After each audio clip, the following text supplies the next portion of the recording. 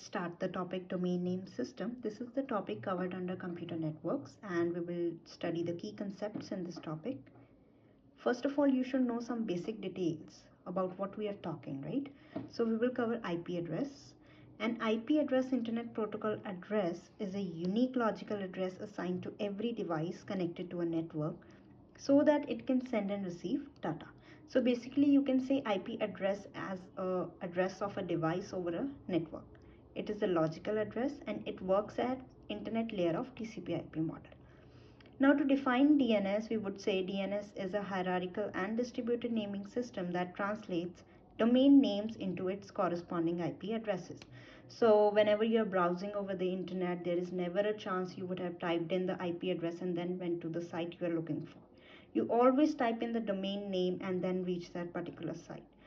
So when you type a domain name like www.geeksforgeeks.org into your browser, DNS ensures that the request reaches the correct server by resolving the domain to its corresponding IP address.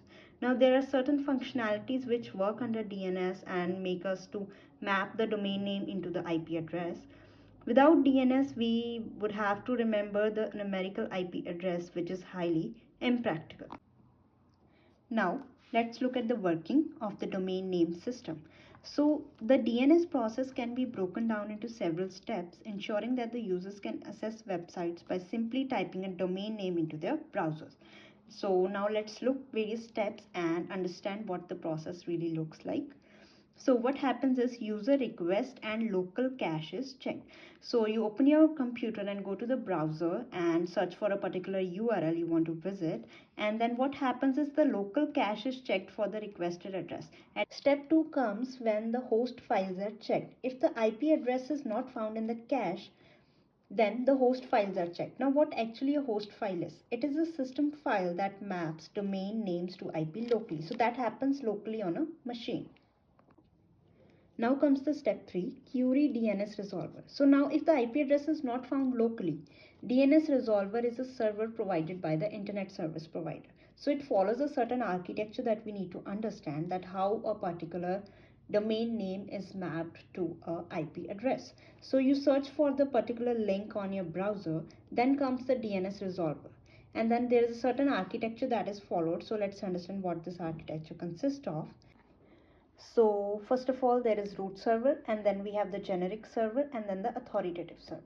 So what happens is when the request goes from here to the DNS resolver and the request goes to the root server, first of all, there are 13 root servers all over the world for your knowledge. And what it does is it will give the IP address of the next level. Next level, that is, it will give the IP address of the generic server that reads from right to left. Now, since in this URL we have .com, right? It will give, root server will give the IP address of the .com generic server. So it goes there and then we get the IP address of the authoritative server. It stores the IP address and names of that particular URLs. So when we go to the authoritative server and then we search for the Google, and then we get the, ultimately we get the IP address. So what actually happens is you send the request to the root server, it will give the IP address of the next level, it goes back to the DNS resolver, and then it goes to that IP address, you get .com generic server, and then it goes back to the DNS resolver. DNS resolver go to that IP address of the authoritative server, and then where it gets the IP address of the particular link you are going to visit, and ultimately that IP address goes to the DNS resolver. So that's how it works. Now, in the structure of DNS, we have gone through 3 servers, that is root DNS server, TLD servers, and authoritative DNS servers. So now let's look what are the functionalities of these servers. Root DNS servers, these are the highest level DNS servers and know where to find the TLD servers.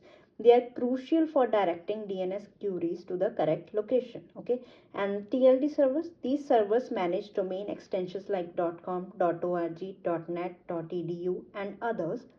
They help route queries to authoritative DNS servers for specific domains. So we have seen, like we were looking for that .com, right? It goes to the TLD server and then it ultimately goes to the authoritative DNS servers.